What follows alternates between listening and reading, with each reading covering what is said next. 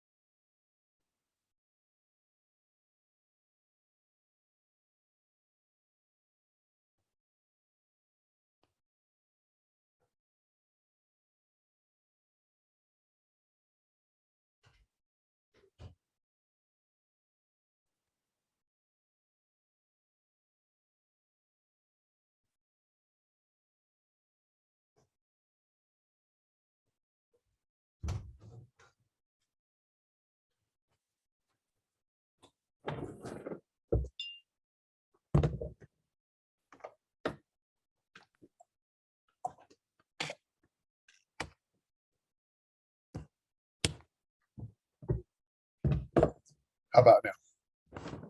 Yes. Let's Is see. that better? Yeah, I think so. Are you sure? Hi. Yeah. I'm just listening. Hello, hello, hello, hello, hello, hello, hello, hello. Yeah, that sounds good. Okay, Cool. How are you? Good? good. Good. I Good. been back to traveling again, and Yes, I see that. Or I I'm read that rather. yeah, I'm Olympic lifting, and it's going well, and training's solid, and yeah, things are good. Some of the things in my life have eased up. Some of the Okay. personal issues that were beating me down are Yeah, not yeah. beating me down so much, and yeah, Good. Well, good. I'm Yeah, glad to hear that. yeah.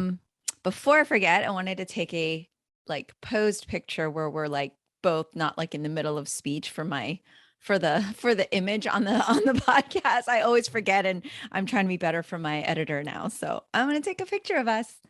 All right. Okay, ready? One, two, three. Cool.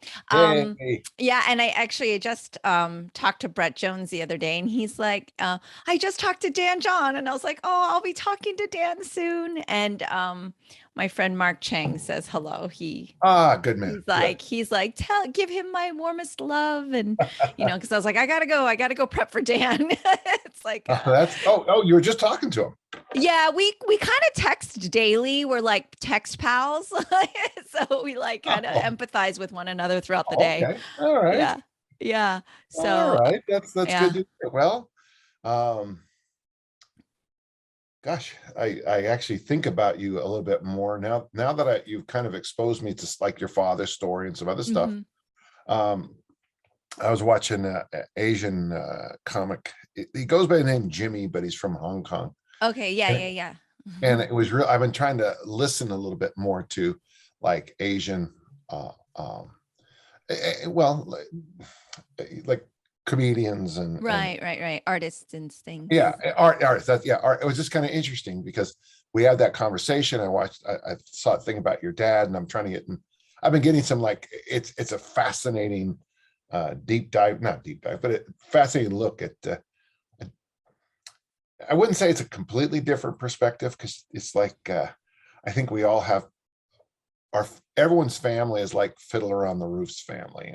There's You know what I mean? Where everyone's family has, we all basically are Fiddler on the Roof families. I You get know? it. I actually get it. You know, Huge musical fan here. So yeah, I yeah. totally get You know what I mean? We're all like Fiddler on the Roof. You know, dad wants to go this direction. Mom's like, it's okay. You know, this, you know, and it's so yeah, I just wanted to thank you for, you know, sharing some of that with me. And it's been, I don't know. I mean, I don't know how if I've been changed or anything, but yeah. I've been comforted by some of the Oh, idea that's that, nice. what did the one what did the one person say? You come to the point that you realize that we're all screwed up and that's okay. Yeah. Exactly. Yeah. We're in it together, right? So Yeah.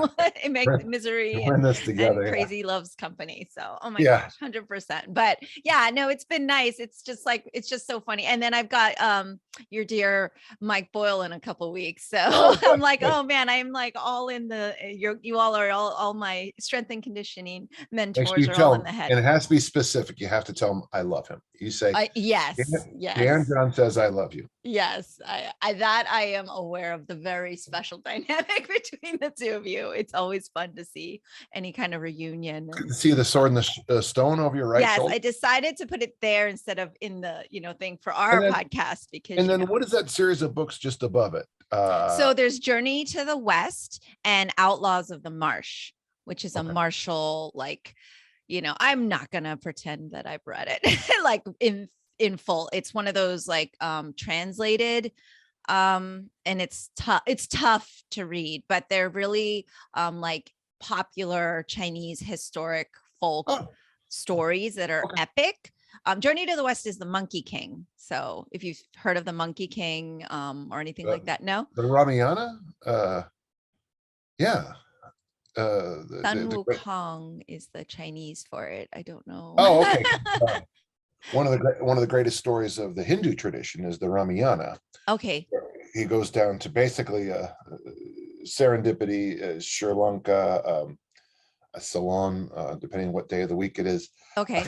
It seems, and Rama and Sita, the great lovers, and there's okay. I think it's probably fairly kind of similar, like through his travels and everything. There's lots of lessons and but yeah, basically he's a kind of like a god, right? But he's mischievous and so gets punished and has to like work his way back into status because he was really conceited. And so but he's a martial character as well, so there's a lot of like philosophical lessons and things like that. So in the area, the tradition in the area I live in is that the trickster is Coyote. So the Coyote is the trickster figure of this region. And of course Loki in the yes which everyone's familiar with now because in religious studies the trickster figure is extremely important because it's the job of the trickster to basically say, quit taking yourself so seriously.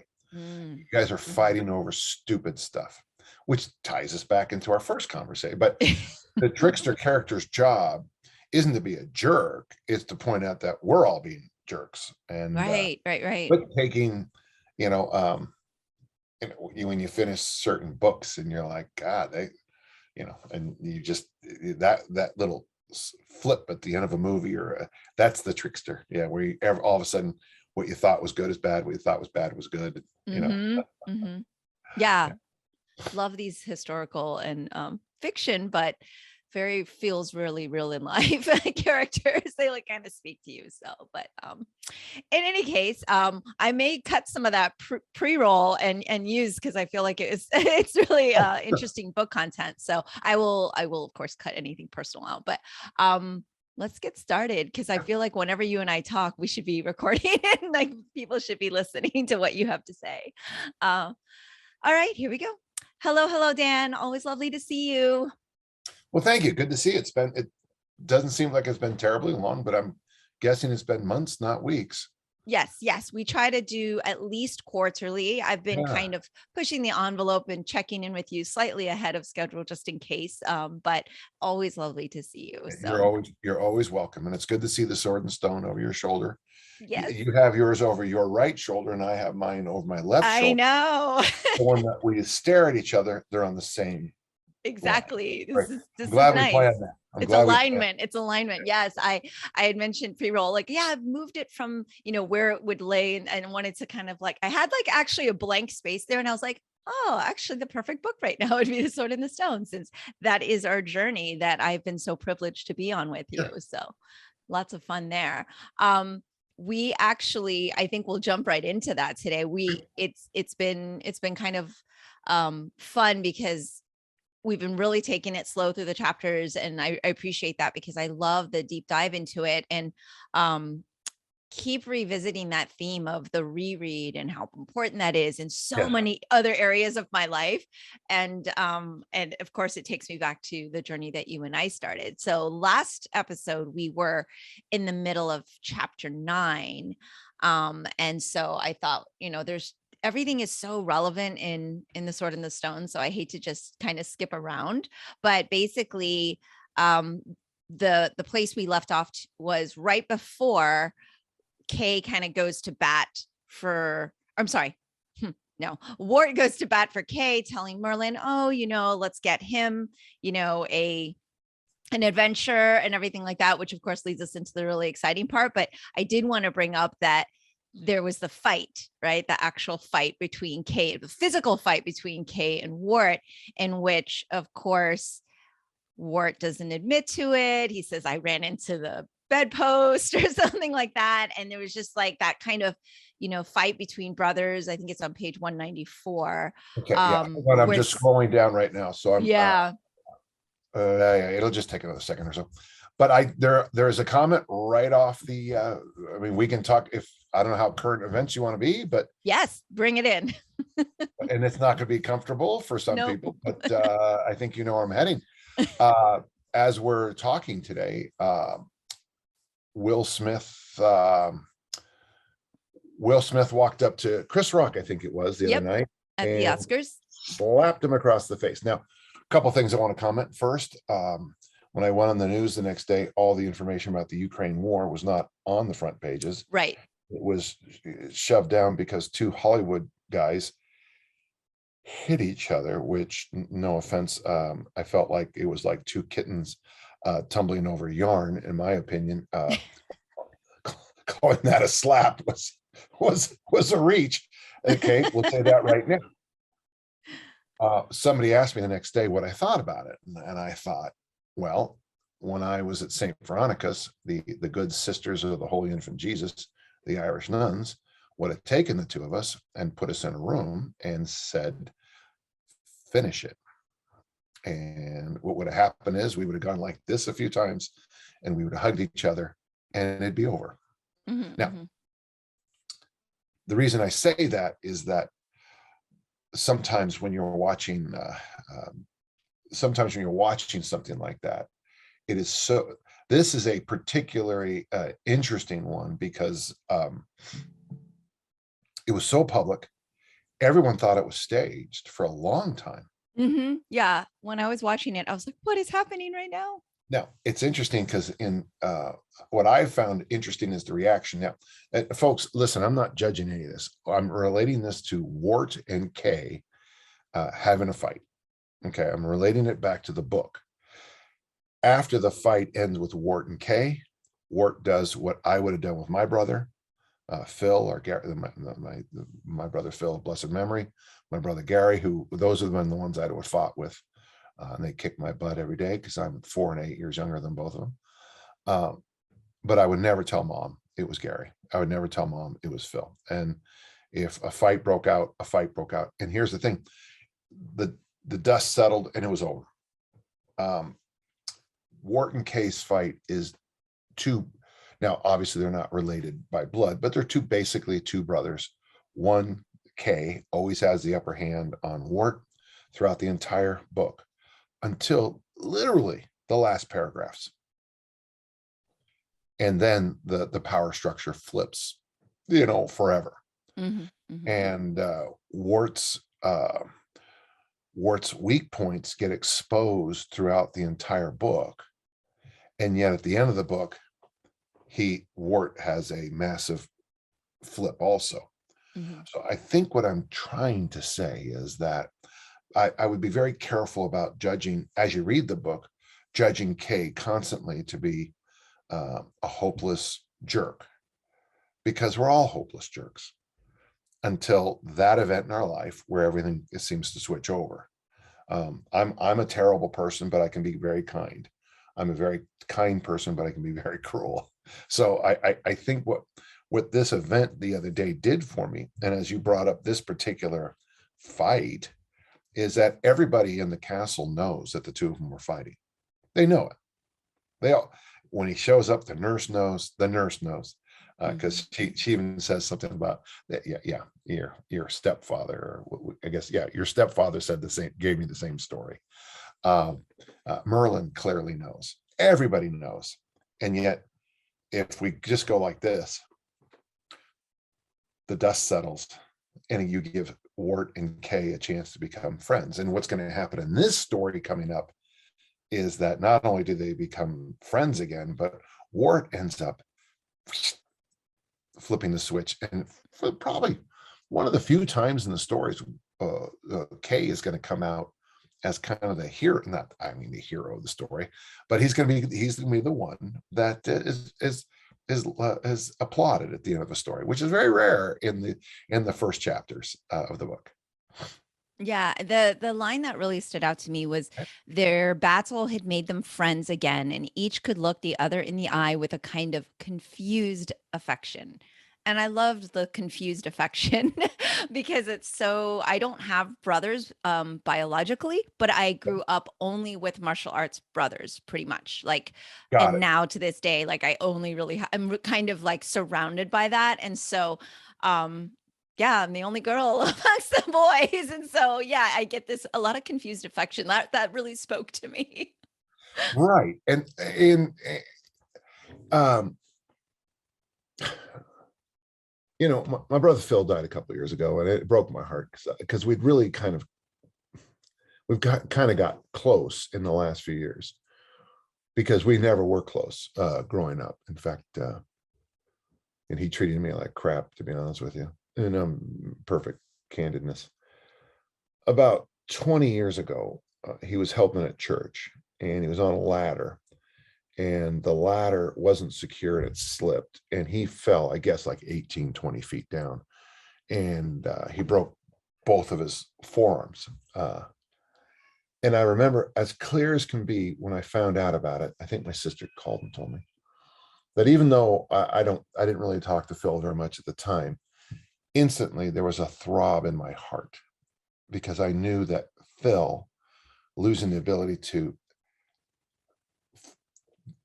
my brother Phil, having, obviously somebody else would have to feed him, pull up his zipper, help him out in the bathroom. I knew that my brother Phil wouldn't be able to handle that as well as anybody else I know. And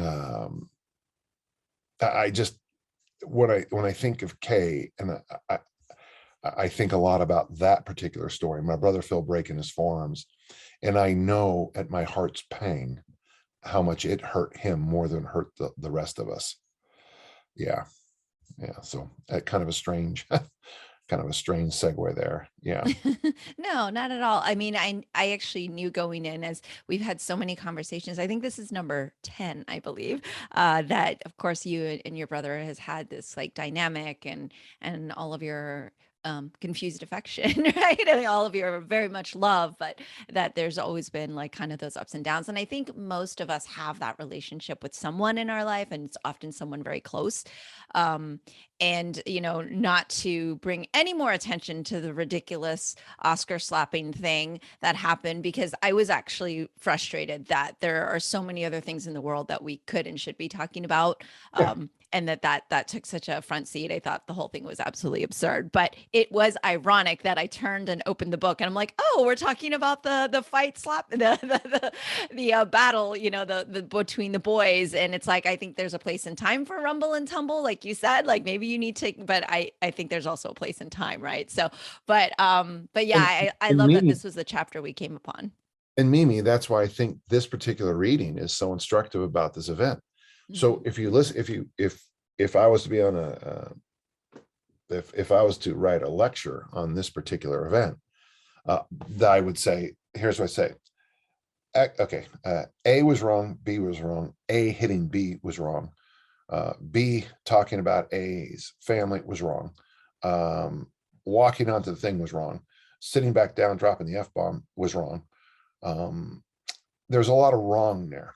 There was lots of places that other people could have intervened. Having said that, it happened, and now what you do is what Wart and Kay both did. Kay emptied his heart and he said, Merlin does everything for you. And what does Wart do? Well, the nurse gives Wart a piece of meat, right? She gives to put on his eye to pull the humors out. And what does Wart do with the piece of meat? He saves it in his pocket for his favorite hawk, Balin. And I think, to me, that's where White's genius continues to unfold. The fight is over. Everybody has done this whole little dance of, here, I know, okay, we know what happened. Here you go. Everyone's, you see how my shoulders are up and I'm uncomfortable. This is me. I'm uncomfortable. We don't know what to do. Wart, the damaged party, is given something to fix it. And the first thing Wart does is go, yeah, I don't need it. I'm going to give it to my favorite raptor who helped me out when I needed help. That's, to me, this is why I always think good comes from evil. I always do. And it might take centuries, but good always comes from evil. Okay. And yeah, so that is a foundational belief of my faith tradition. For those of you who want to look it up, Catechism of Catholic Church, paragraph 338, just in case, you know. Good must always come from evil, because Yeah. evil cannot stand. And there is It, evil, yes, but it'll always be turned over, and then new evils show up. You know, can't wait for next week to find out what we're wasting our time talking about. right. That's the thing. That's the thing. And then, you know, it's like this whole struggle with, well, but, you know, we also have to like live a life where we're not just hyper focusing on things that make us sad and upset. And, you know, because unfortunately, a lot of the important things are not uplifting things, right? No, And so it's difficult. no. It's difficult to kind of put ourselves in through that all the time. And we also have to practice that self-care. But and this is why it's like I love when White will say things like, Merlin said gently, right? Like sometimes Merlin can be just cranky, but he'll say, like Merlin said gently, perhaps what is good for you might be bad for him. Like he's just trying to, like, you know, kind of, I just like the moments where we see a sliver of Merlin that isn't just the cranky wizard, you know, where he's like, I'm just going to take a nap and then a nap and then a nap. And we'll talk about that in a second. But I like that he, and then, you know, Wart goes to bat and says, you know, Kay has to be proud because he's frightened. And it just kind of shows how perceptive he is in that moment. And sometimes Wart seems so lost, but there's glimmers of that in those statements where he really like has his belief in Kay. Like he's just so hopeful, as you say, like out of all the evil is there's going to be good. And yeah, a lot of that. When I wrote about this section, I stole 3 words out of it. Wart says, okay, Merlin explains, I'm here for you, man. Okay, to Arthur. Merlin says to Arthur, I'm here for you. All right. Okay. And then Kay said, but that's not fair. 3 words. It is unfair. I think I'm right. I think I'm quoting exactly. It is unfair. Mm-hmm. I think I have the quote right. It is unfair. Yep, it is unfair. Correct. That particular line, it is unfair, has provided me as much comfort as scripture, poetry, um, of all the things I've seen written in my life. I was about to include human interaction, but that's not true. But it is unfair is really a nice, it's a very, for me, a very comforting 3 words. I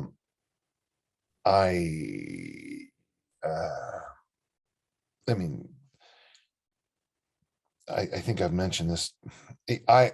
Because I was born looking like this with the gender I have and the situation I have been given certain gifts, and I acknowledge that. You get a bit more of a free pass in America when you have certain things. Would you disagree with me? I would not. It's a slightly bit easier to be the way I am, and I know that. And I remember, and I've done my best, but sometimes I just have to stop and say and remind myself it is unfair. I'm only 6 foot. If I would have been 6'8", I'd have been a much better discus thrower. Yeah, well, that's unfair, but that's just the way it is. I certainly think if I'd have been better looking, it would have helped me a lot. And a lot of it. I taught so many wonderful students, and yet so many of them who are not necessarily wonderful, had so many more opportunities. I remember one time I had one of my students just says, I'm sorry, I'm going to miss the next 6 weeks. And I go, 6 weeks, during the academic year, because mommy was going to fly him first class, 5-star hotels to all around the world. That was his 16th birthday present. Wow. And I said, the thing is at the end, okay, so I was against it, but I can't tell a parent what to do. And the head of academics said, you have to put together something for him to do. And I was teaching the kid history, and I thought, well, when you travel the world, here's what I want you to do: just keep a little journal and share some of the things you see, pictures and stuff with me afterwards, and we can talk about this, say Hong Kong versus Amsterdam, just as a visual. He gets back 6 weeks later and he sits down to do his assignment, and it's like, well, most of the time I just sat in the hotels because they were so great. Oh, that's so painful. And I thought to myself, that's unfair. My point is that not only would I revel in flying business class around the world, and not only would I revel, having, concierge service take care of every whim, but I would be out the door every morning, seeing things that, it's hard to see in one lifetime by yourself, with your own eyes. Yeah. It's unfair. Mm-hmm.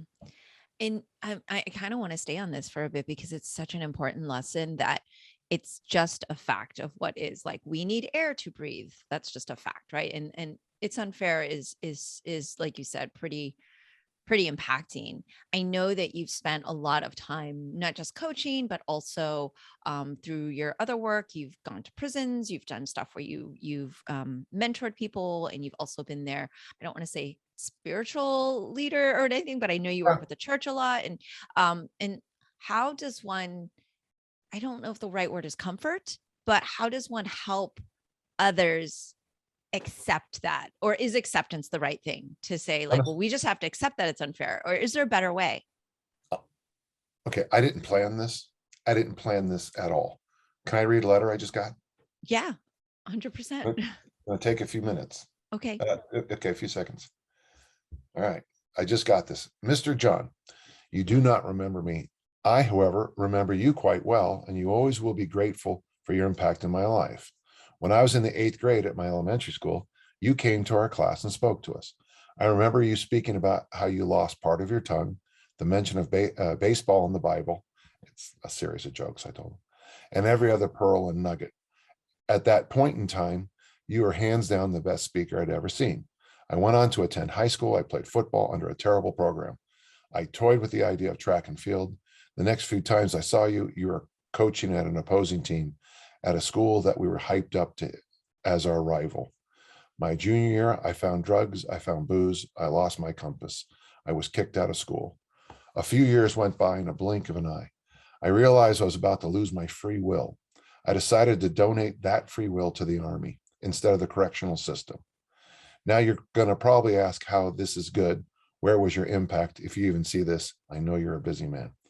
Years later, I was on my second of what would be 4 combat tours, living in a small compound with 17 other men in a place that wasn't the most friendly. We had a rusty bar, a few chip plates, some duffel bags full of sand, and the tow chains that we later learned really should have stayed on our trucks. I stumbled by your name on a Testosterone Nation post. It rang a bell I hadn't heard in a long time. I began reading everything you ever wrote that was free. The rest I begged, borrowed, and stole. I read your works on strength and conditioning, the things you had written in college, articles from the Intermountain Catholic, T-Nation, all your books, and then all the books you recommended. Towards the end of my tour, my team had a bad day. Things you said to a kid in 8th grade led me pray for the first time in years. I found God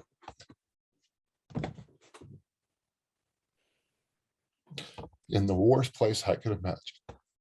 Years later, I found love. Your comments on marriage saved mine. Whether it was drinking, not watching porn, or simply making time, you gave me a template. Then we were blessed with children. Most of the things I found you wrote were brief entries about your then teens, but that commentary also held lessons for my terrible 2s, 3s, and everything else that follow. I am transitioning out of the Army now, having played this game at the highest level with honor. I firmly believe that you had not spoken to my class.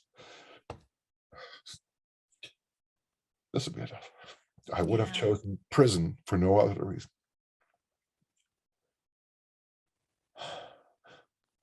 I'm in amazing shape despite some awesome injuries, but which is also to your credit. I've since purchased all your books, having read them. Hopefully someday I can attend a seminar or bump into you in an event where you're not an opposing coach I was told to hate. I really like to shake your hand. Wow. That's what we do. You know, to me, you know, I wrote an article years ago that I'm just a wrench. You know, I'm a hammer. I'm a I'm a pry bar.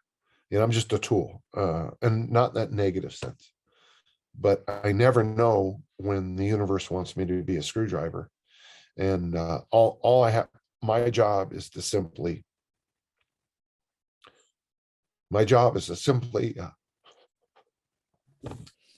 take what I know, the skill set I have, do it, and then continue on the journey to the next job.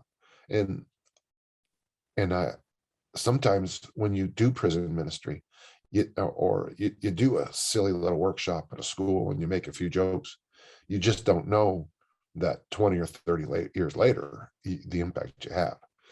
And so I think what's important, I think what's important is that we all have influences. We constantly influence other people.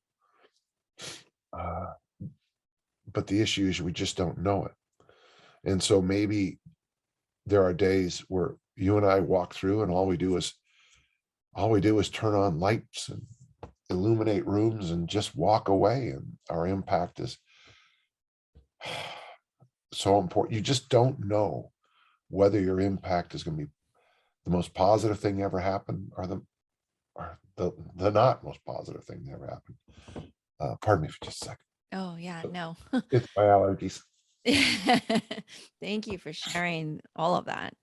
And So that literally just came this morning. wow.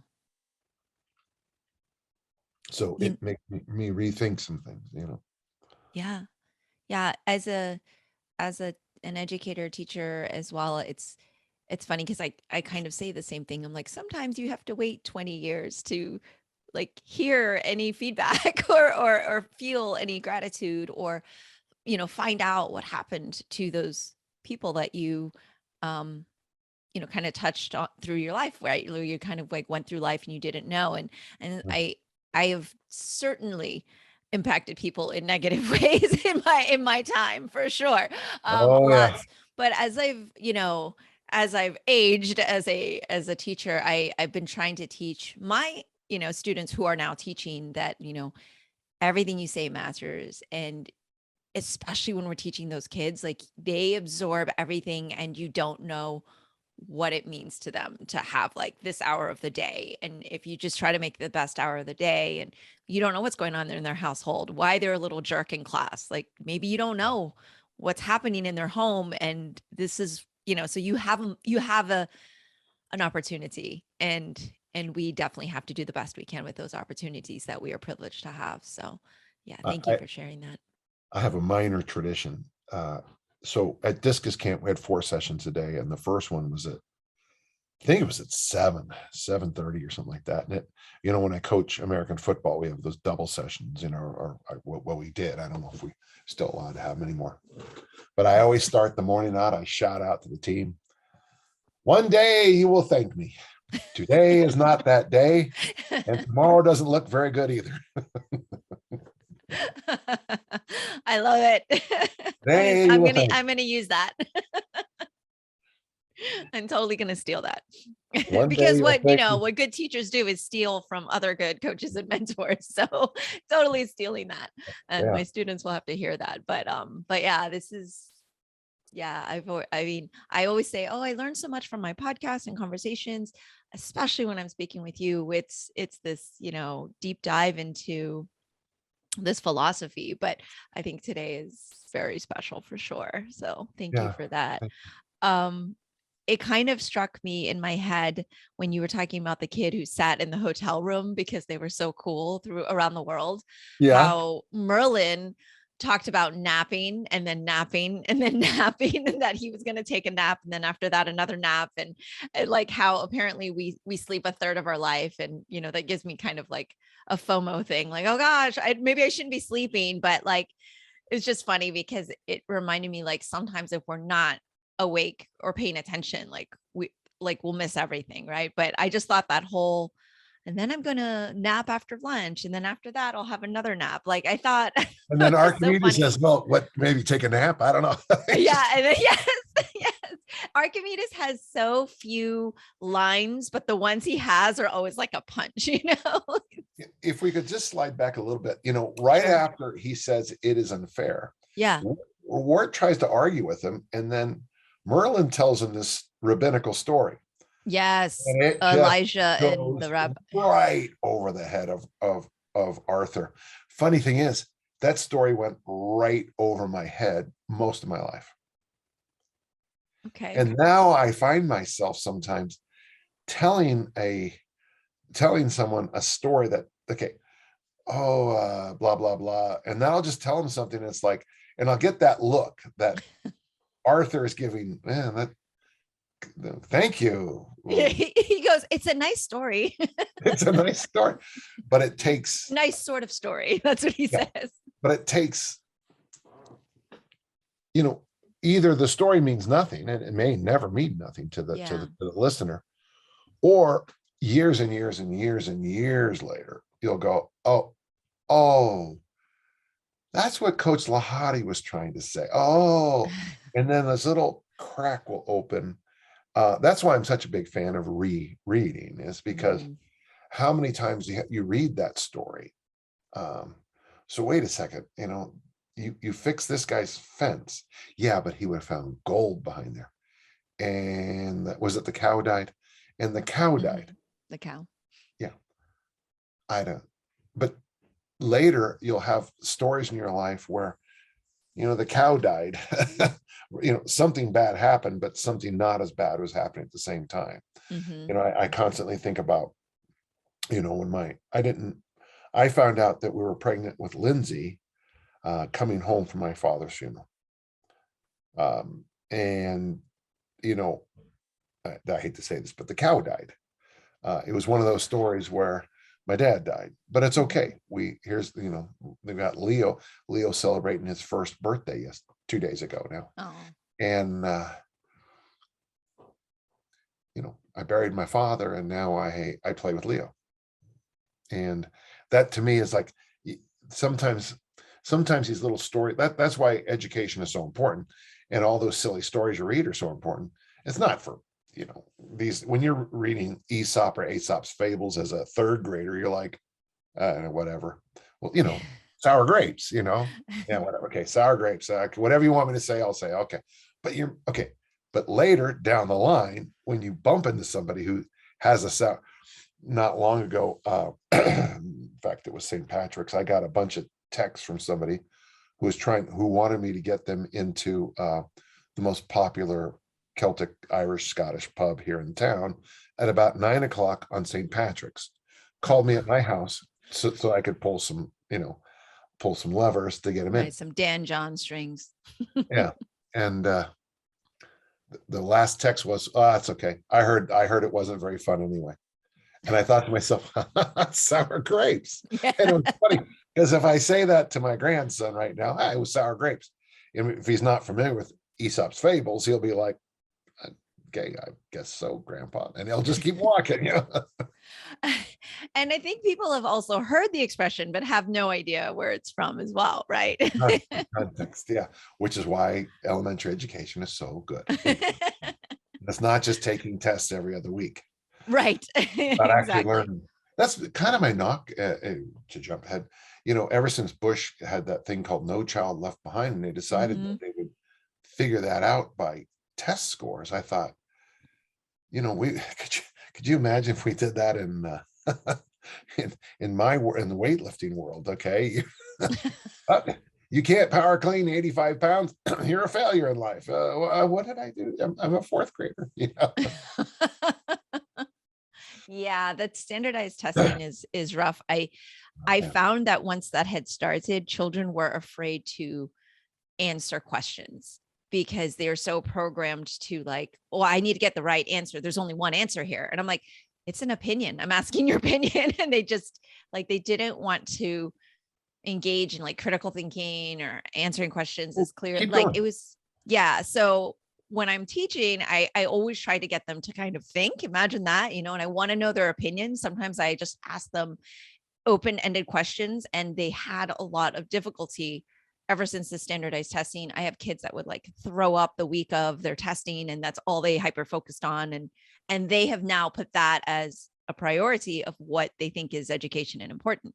And it's very frustrating. So I spend half my time trying to teach that more so than Kung Fu stuff, like teaching them to actually engage in, it's okay to actually also get an answer wrong, because then that's how you learn the right one. But also there's not always a right and wrong answer. Sometimes it's just learning to, have these conversations. So I felt a deficit in kids.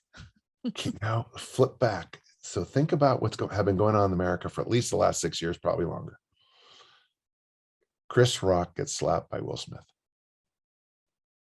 Who was right and who was wrong?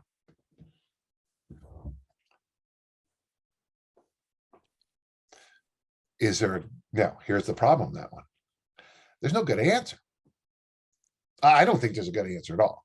I know this. If you say, I got a video of my daughter defending somebody else.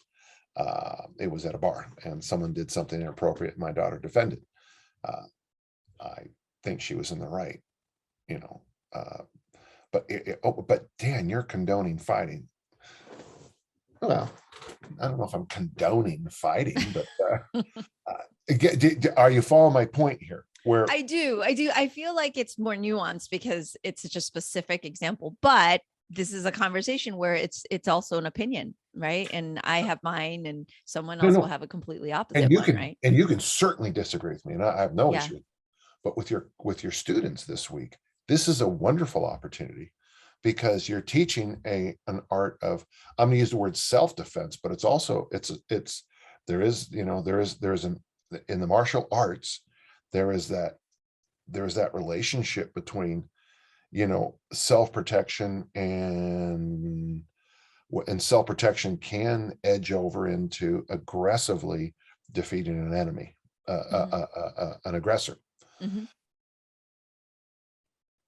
What I'd like to do is, so what I would do is this, and if you don't, I know we're uncomfortable. I know there's tension with us talking about this particular story. I can sense it. Not at all. I just don't know how much my listeners want to hear my rant about it. But here's the thing. On this one anyway. At the Academy Awards, why 2/3, 3/4 of the way did they bring in a comedian to poke fun that late in the show at the people winning awards? So in a sense, listen to how I'm blaming the producer who decided to have Chris Rock speak at that time of the day. Somebody else is going to go, what do you, my point is, whenever you talk about, there was one time my students were going to go to Washington, D.C.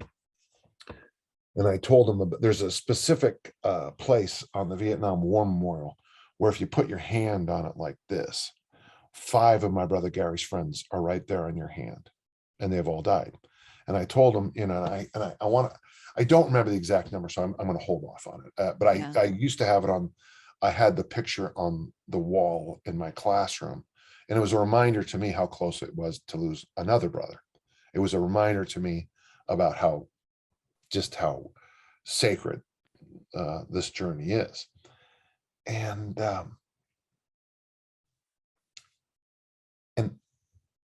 the kids told me that one kid told me after doing that, it was so weird because they noticed as they stood up, just doing that in honor of their teacher, in honor of their teacher's brother, they would stand up and they looked and they noticed that people were, I won't quote the child exactly, but he used I would never correct this. He was angry because people around him were, and I'll just gently say, effing around. And it bothered the hell out of him. And here's the problem I would have if my brother would have died in Vietnam. What were we doing there? Who made this? You see what I'm saying? I'm not going to blame the Viet Cong or the Vietnamese soldier. I'm going to blame, you see. Yeah. How are we in this situation? How did we get because there? Other decisions were made. 100%. I think the frustration with me on the subject is also that we are constantly talking about the 2 men in the situation when the victim of the situation is the one that really should have been addressed more so, like how mindfulness of her feelings and mindfulness of, well, what is she thinking, or how, and I feel like that should have been her husband's stance as well, was to immediately tend to her needs versus what he thinks he needed to do in a public stage at that moment to a comedian. So I think that's where my frustration lies greatly, because every headline is them, right? And I'm like, it's not about them. If it's you and me and we're together and he says that, and I get on bended knee and grab both of your hands and say, you're the most beautiful thing in the world, how much more powerful would that have been?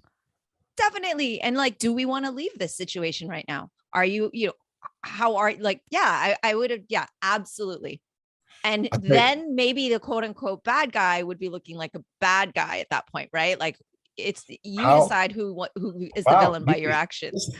I could have planned this. I couldn't have planned it better. I mean, it's Merlin. Merlin planned this. If I grab both, if I get to bend a knee, grab your hands and just say, let's just leave right now. And I comfort you and we just quietly walk out of the auditorium. Right? 20 minutes before you're supposed to get your award too, right? Like you are more important than all of that. That would have been impressive. That would have been a deserved standing applause, not the speech he gave. Yes. Now do you follow? Now, and I'm with you. See, this is why we were talking about open-ended questions. Right. And again, listeners, it's my opinion. But this is why I'm so it goes back to why I'm against the no. And here's the problem. You say no child left behind. How could you disagree with that? Right. Okay. Well, that's the point of a lot of the legislation here in Florida. They title it one thing, but it means another. That's another conversation for another time. Okay.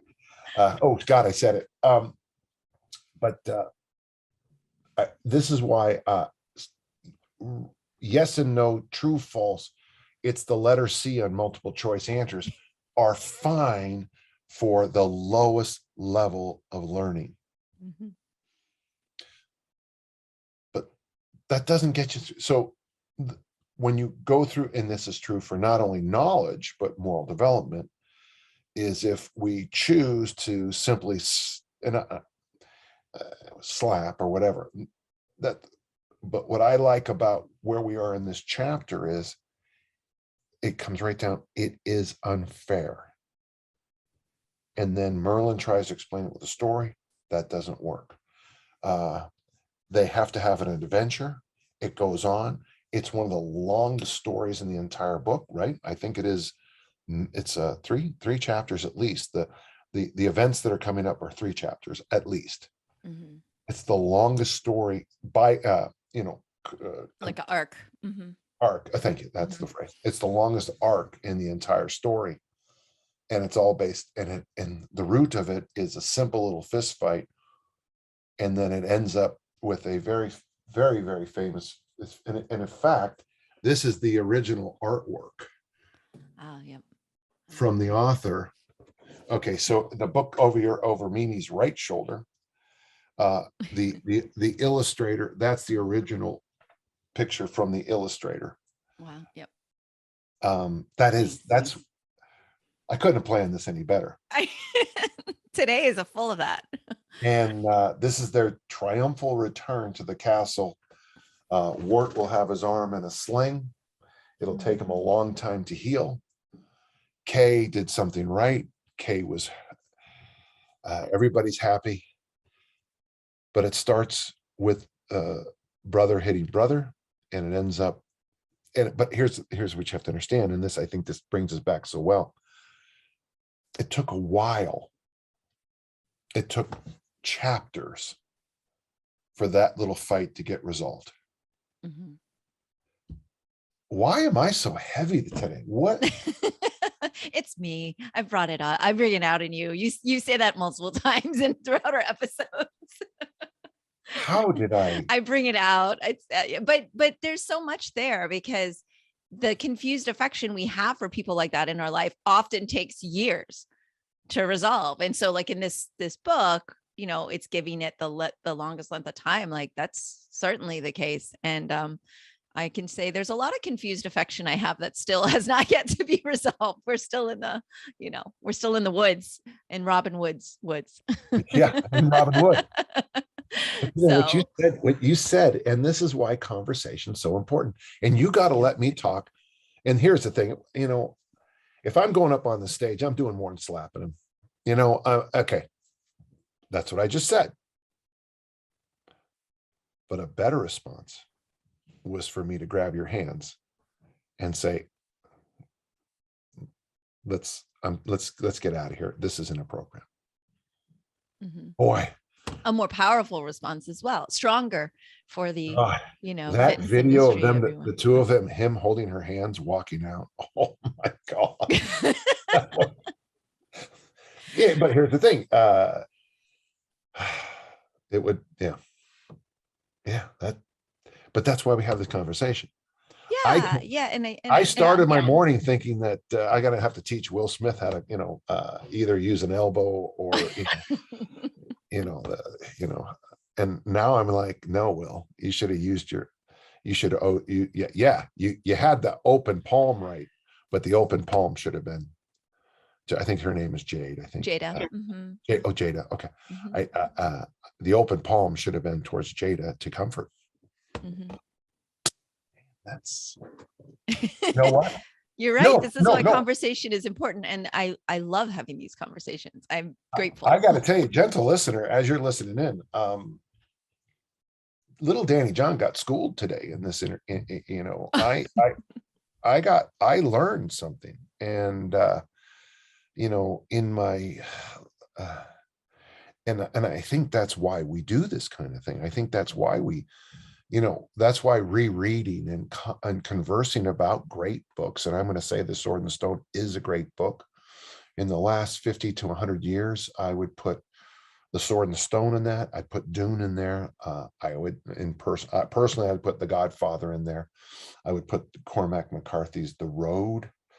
There's obviously a bunch of other books, obviously, but the reason I mention those is because when people read those books, they look at them as they look at them as kind of a lot of action and adventure. But when I read those books, and the four I just mentioned, if you were to pull out all the sword fighting, the spacecrafts, the gun battles, and read the conversation, the interactions that those books are, that's why I consider them classics. The love story in The Road. And people who've read The Road will be like, wait, what?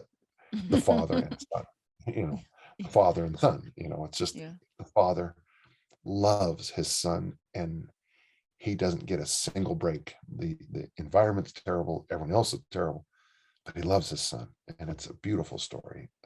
It's horrible, beautiful. And maybe that's, when people lean back and they talk about war,